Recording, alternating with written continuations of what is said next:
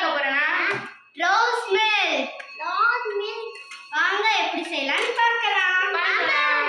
யார் வந்து செஞ்சு காமிக்க போறீங்க? நான் நீங்க 3 பேரும். சரி, நான் பார்த்து இன்னைக்கு ரிவ்யூ சொல்ல போறேன். Okay bye.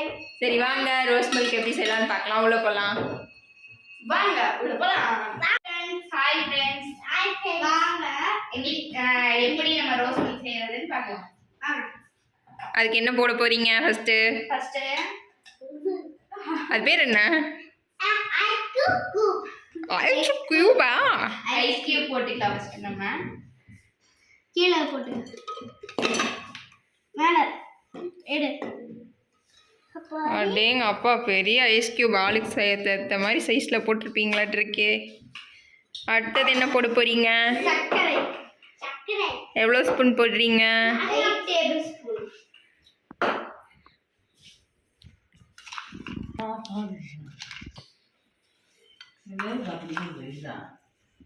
இப்போ லாஸ்ட் டேபிள் ஸ்பூன் போட்டுடலாம்.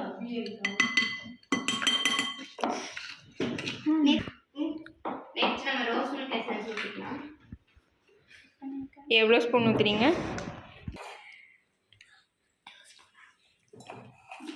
1 டேபிள் ஸ்பூன் ஆட் பண்ணிக்கிறீங்களா?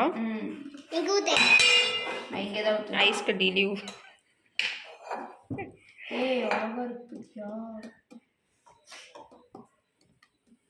அடுத்து இது கூட நம்ம ஒரு 1/2 கப் மில்க் சேர்த்துக்கலாம்.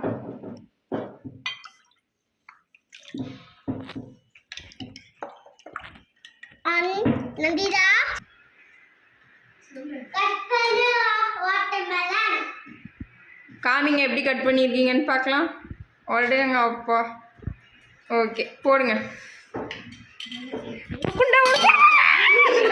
நெக்ஸ்ட் என்ன ஆட் பண்ணுறீங்க? சப்ஜா சீட்ஸ் வந்து ஒரு 10 ஸ்பூன் போட்டுருக்கேன். போடுறேன். போட்டு கண்டால வந்து போட்டு ஒரு இளநீ போட்டாச்சு. வாட்டர் இல்லாம பார்த்து போட்டுக்கோங்க.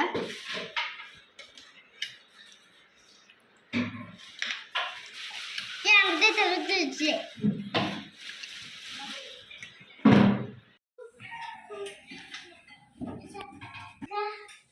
நம்ம ரோஸ் மில்க் இப்போ ரெடி ஆயிடுச்சு. வாங்க நம்ம எல்லாத்துக்கும் போய் சர்வ் பண்ணி நம்மளோட ரோஸ் மில்க் எப்படி இருக்குன்னு கேட்கலாம்.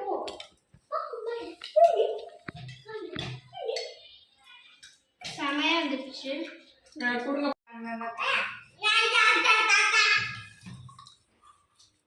வாட்டர்மெலன் எல்லாம் போட்டு செமையா இருக்கு.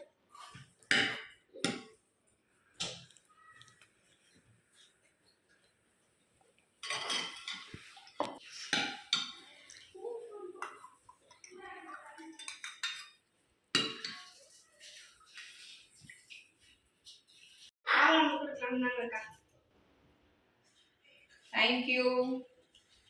அதிக வரலைனா